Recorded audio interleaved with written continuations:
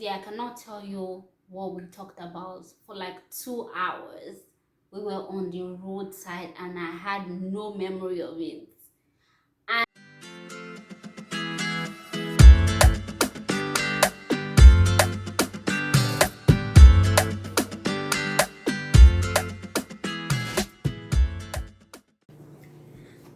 hi guys, welcome back to my channel. I promised there was a story time. I feel like today I'm just in the mood to tell that story. Also, my food is going to be featuring in this video because I'm hungry and it just gives me a sort of mukbang vibes. So let's do it. If you're new to this channel, you're welcome. My name is Toby, and on this channel I'll just do my lifestyle, and so you're welcome. For today we have the quarter pounder with cheese, chicken nuggets, fries, and a drink. We're not doing too much. And napkins and hot mustard. I never know what sauce to get. What sauce do you guys always get? Anyway, let's get into the video. We're team comfy today. So this was back in 2015 or early 2016 in Nigeria. So I was serving in Jos. Excuse me. In 2015, I was to serve in Jos, Plateau State. And so service, for those who don't know, is like once you're done with your college or university, after 4 years, you're supposed to like serve the country and work in a different area, different region from where you kind of grew up or where you schooled. So I schooled in Ekiti State, and obviously I'm from the southwest. I don't know if honestly, I do not know geography, so don't let me do a lot of geographic things. But I am Yoruba, and I lived most of my life and schooled mostly in the Yoruba region states. I'm just gonna put it that way because that makes it super easy for me. So yeah, you had to either go, technically you had to, if you were like me, grew up in the Yoruba zone and schooled in the Yoruba zone, you would be taken to either the eastern side or the northern side. So that means Igbo or or Hausa, to serve, so that you get a different experience of your country, basically. So yeah, it was my turn, and I've looked forward to this experience. Oh my god. Like, my dad really wanted me to continue school. I was like, heck no. I am going to go serve, okay? I've heard so many stories prior to me serving, and I was like, this, I must have it. I must experience it. And boy, did I. Yes, I did. Well, this story is about how I almost got kidnapped, but I didn't. But then they stole all of my belongings. Whew. I hate to tell this story because I hate to look dumb. Like, I just always want to like be the smart person and the person that knows what they're doing. But obviously I have learned a lot from that. Like, you can't always be the smart person in the room, you can't always know it all. And for that reason, I have, decided to share this story because I'm growing. Like, I'm realizing that I don't need to be perfect. I don't need to be ashamed of not being perfect because there's something like that. I was fortunate to serve with my friends, okay? Like, the best moment of my life and away from home. Okay, so it was 4 of us. Please, when you guys see this video, do not, I repeat, do not add your own stories. So I was serving with my friends, Moa, Mode, and Shale. The tomato juice girls. So we were also fortunate to be living in the same house. So initially I didn't serve with.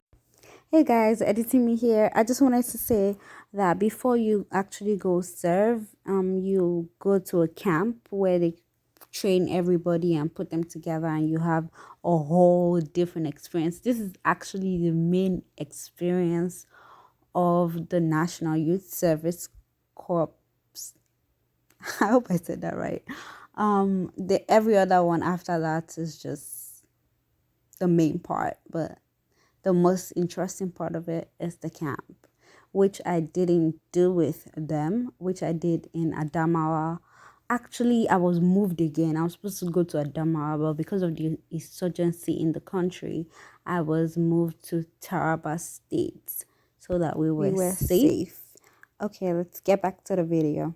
Them, I was serving in Adamawa, so I wanted to redeploy and go to my boyfriend's state as at that time, but as God will have it, it didn't work out.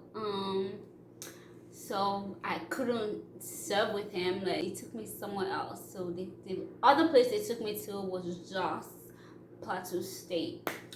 So I was like, well, I get to be with my friends, so I would take that over anything.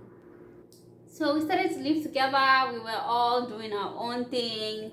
I got a job teaching, and I was going to school on a regular to teach, give exams, give classes, and all that sort and all sorts. So one fateful day, Modi had asked me to make her hair for her because I do that on the side.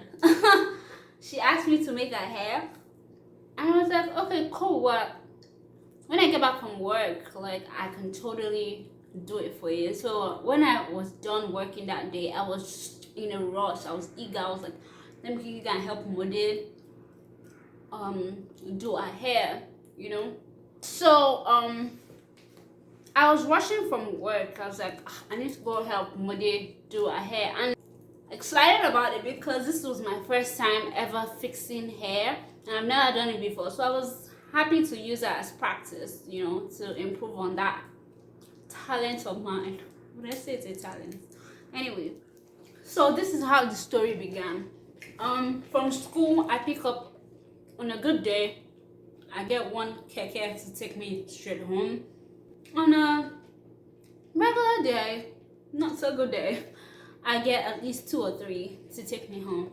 So this day was like the regular day. So I picked up the first one. It dropped me halfway, and then I was about to pick up the second one, and this is when the whole drama began.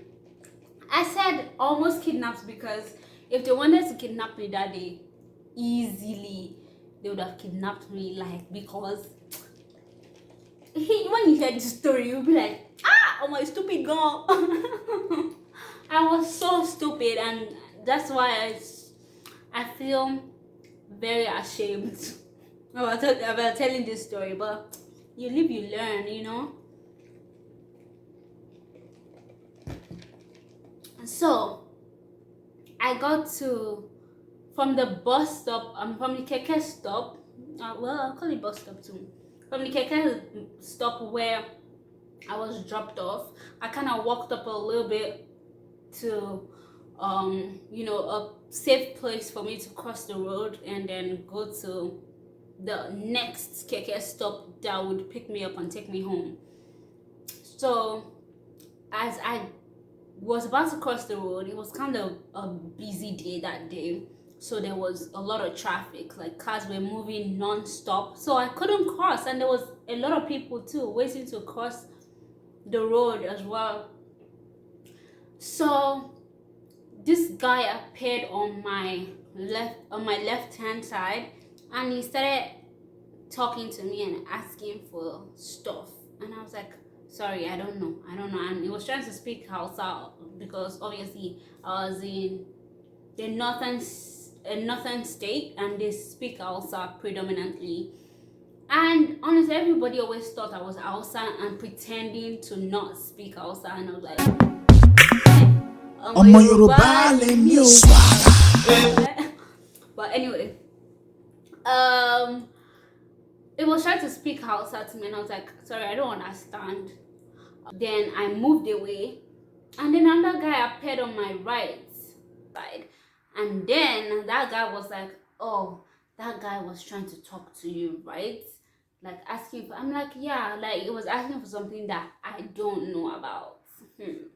Mind you, me, I don't know, I just have this let me help you mindset. I'm trying to speak English, but you know, so it was like, oh, maybe I can help him, that I speak Hausa very well, but I don't speak English not too well. And so I was called on to help them translate. Mind you, I don't speak Hausa, oh, hey, it's only English.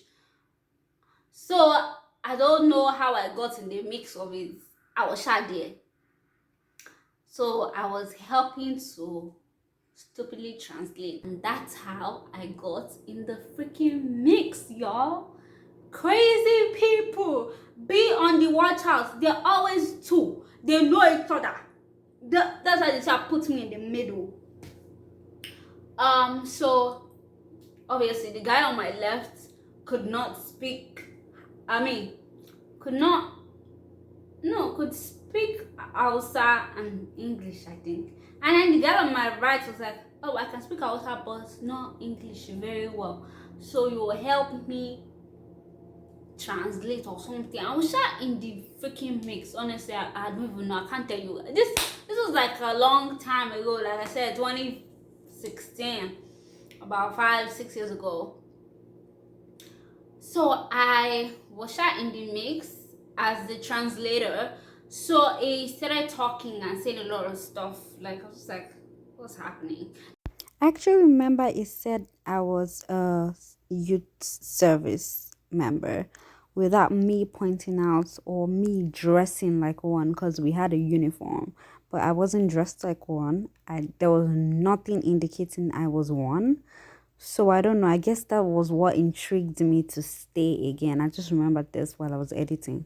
Like, somebody is giving you messages and prophesying, and was talking about, oh, you need to stop doing your hair where you normally do your hair. And I was like, I haven't done my hair in months, so I don't know what this one is talking about. Like in my mind, that was what was going through my mind. Like, that means I can help them and be on my way, because I need to, help somebody out. Somebody was waiting for me. My friend was waiting for me at home. They found a way of like circling back to me. So he started talking to the guy too, and they were having a conversation, and he started like he was giving a message to the guy and telling him that, oh, I can sense that somebody around you is sick and they need help. And then the guy was like, oh my god, yes, you're right. They need help right now. On my way to the hospital, and I'm trying to look for this particular hospital. That I have money on me right now, and I want to go give it to them at the hospital because my aunt has a problem or but story. Isha gave us story, and then it was like, oh yeah, what the guy was saying was facts. Okay, let me give them names so we're not confusing. The left guy is, let's say, Mr. A, and the right guy, let's call him Mr. B. So Mr. A and Mr. B, they're together. but obviously I didn't know, and I was just like, "Ah, let me, as much as I can help," but I didn't really know anything. And anytime I tried to leave, they just found a way again to circle back to me. So I saw that they were walking back to the bus stop where I was walking from, and I'm like, why am I going with them? I was trying to stay back, and then Guy B would be like, oh, please just help me. And then Momo Mina, as helper of the world, I was like, let me help you. And then I'll go with him again. I'll move down. We shall walk to the bus stop, back down to the bus stop. So when we got there, story started, like they said a lot of things, and I was just confused while I was there, but I was still there, and I don't know what I was doing. This took place for like 3 hours, and this is why I said if they wanted to kidnap me, clean and smooth, they would have taken me. But thank God, is still that they wanted to steal from me and not kidnap me. So we crossed the road right to the other side, and at this time you already Guy A was already telling Guy B all the things that he needed to do so that his auntie can be healed and be better. Like, okay, last I'm really skipping a lot of things. Okay, so before we crossed the road, this is one important thing. They started asking for my PIN and my ATM card, and even at this point it still didn't click to me what was going on. But in my mind was just telling me that, why are they asking for your PIN? Like, who asks for people's PIN? That's what was going through my mind. So I was like, no, I'm not going to give them. I'm going to give them. So it asked me the first time, second time, he kept asking, and then he would ask the other guy, and the other guy would give him his PIN. You know, obviously Guy A and Guy B are together, so Guy B would give him all the answers to everything he's asking. I'm like, this guy is dumb. You shouldn't be giving your information to people. That's what I was saying in my mind. So it would then ask me, and I won't answer. So he asked me so many times that I was like, okay, let me just tell him something that was wrong. So I just gave him a random number. I don't remember what number I gave them because it was too random. And then he was like, okay, what about your ATM? I'm like, ah. So he asked for my ATM card, and I was like, hey, what do you need my ATM card for again? So I didn't give it, at least as at that time.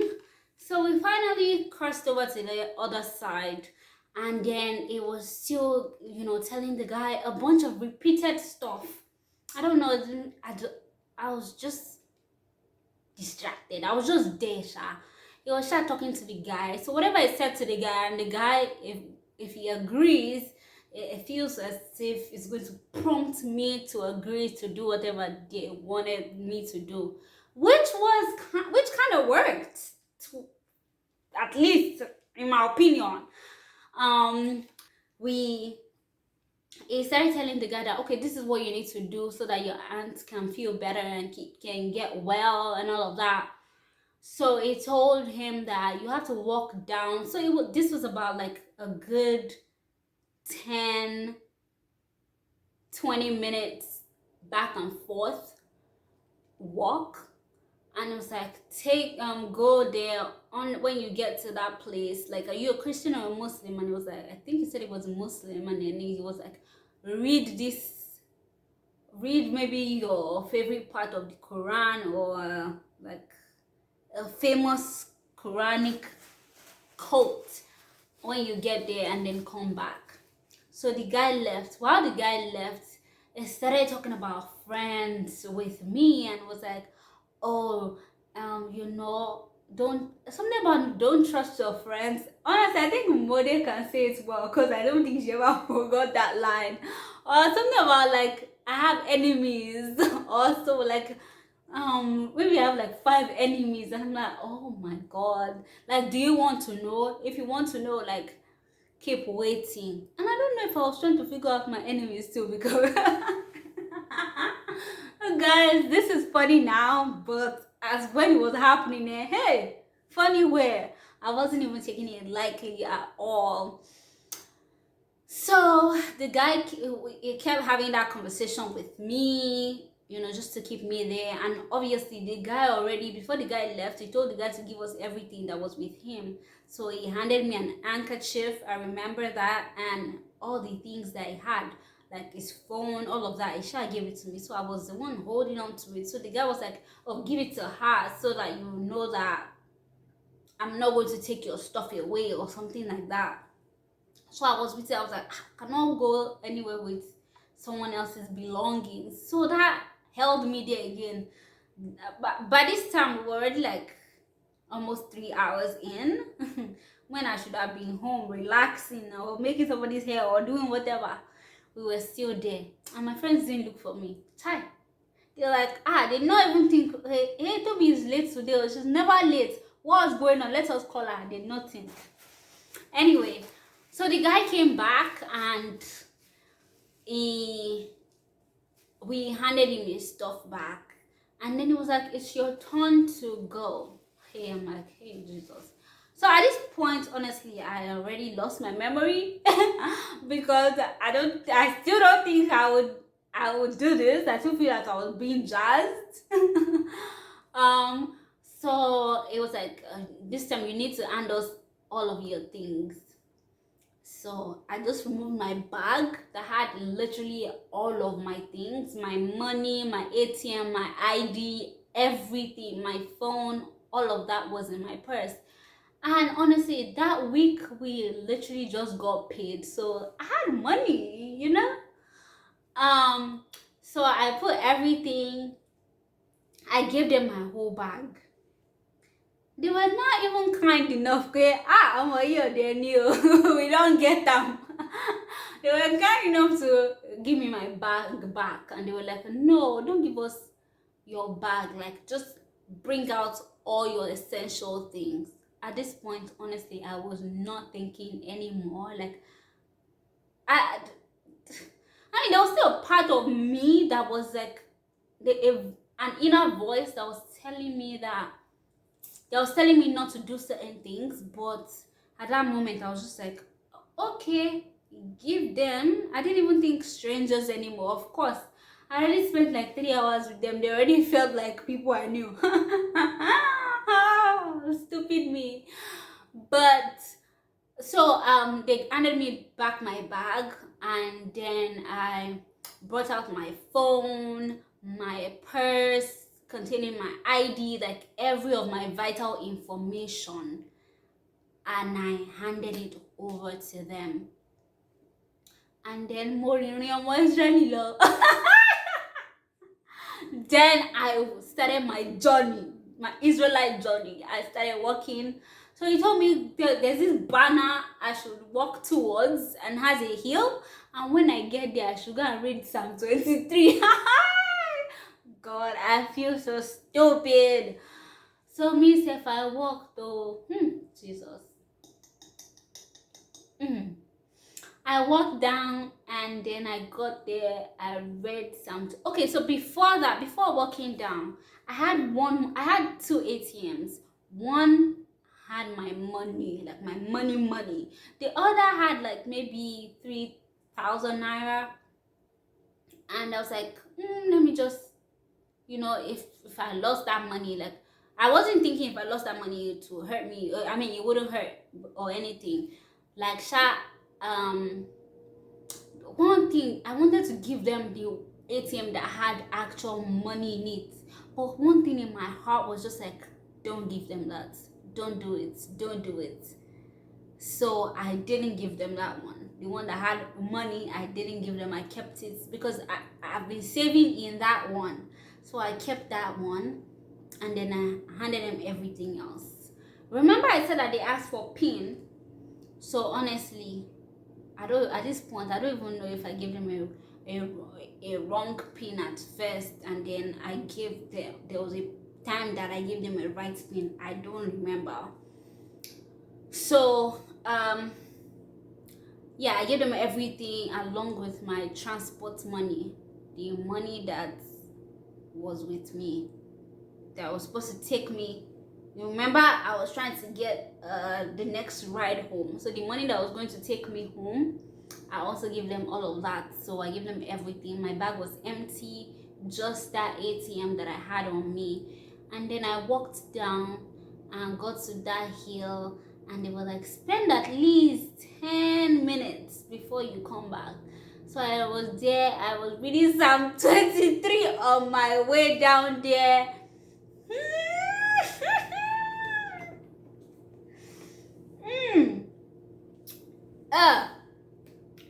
I don't know. I will see why I don't like telling this story because it's the most stupidest thing I've ever done. No, actually, there's a bunch more stupid stuff I've done, but this one I think tops it all. So I was done with my Psalm 23. I was now walking back. It now do me like film. I got there and I was like, wait, no. Where are they? Where are these people? I started asking strangers that knew nothing that was going on. I was like, please, we were here together. Did you see them? These two men. Just like going what's the word? I was going up and down. And then I was like, blood of Jesus, blood of Jesus, blood of Jesus, blood of Jesus. Once I walk started, I started crying. No, actually, you know what? I did not cry then and there. I was just like, oh my God. And then I guess it dawned on me at that time that, oh my God, they stole all of my stuff, my phone, my money, everything that I had, and there was no way for me to get home. So I was just like, I don't know, I was dumbfounded. I was like upset at myself. So I started asking everybody, and obviously people didn't know. They already took the next keke that they could find and left the place, took all of my stuff with them. And then then I realized, okay, I still have my ATM that had money in my bag. That let me go to the ATM. I was like mini crying and walked down to the ATM, withdrew money, and then took the keke home. So wait, did I withdraw money and take? I don't know if I withdrew money and took keke home, because I don't know. I think I tried to withdraw money and it didn't work or something like that. Or when I go home, like I took money from my friends and I paid. One of those situations. So when I got home, I just burst into tears and I was weeping. Like I was seriously crying because all I kept thinking was, Toby, you are stupid. Like, why would you have done that? Like, I started to realize how dumb it was. Like, why would I have associated myself with strangers for that long and entertained the foolishness? Like, the moment it started, when I should have realized and I should have left, like I should have in the beginning when I wanted to leave, and they kept dragging me in the conversation and making me stay. So I was really sad. Like, of all things, I was really upset about my phone, because honestly, if you know me, you know that my phone is like my best buddy. I'm always with my phone, using my phone. And again, as at that time, I just got the gift. They just got me that phone. So I was like, brand new phone, new everything, and now it's gone. So is the phone situation of all things upset me the most, because obviously I had a lot of things on my phone and I couldn't get them back. So I go home and I was wailing and crying, and all my friends, they were all trying to console me. They thought somebody died, and they were like, what happened?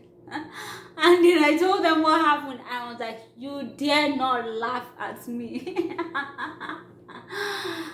I'm glad that they didn't laugh at me, because that would have killed me in that moment, because I was already feeling all the shame and all the, I already saw myself as a joke. Like, why would you let this happen to yourself? So adding that on and laughing about that situation at that time would have made it worse for me. And but they were super nice about it. Nobody laughed.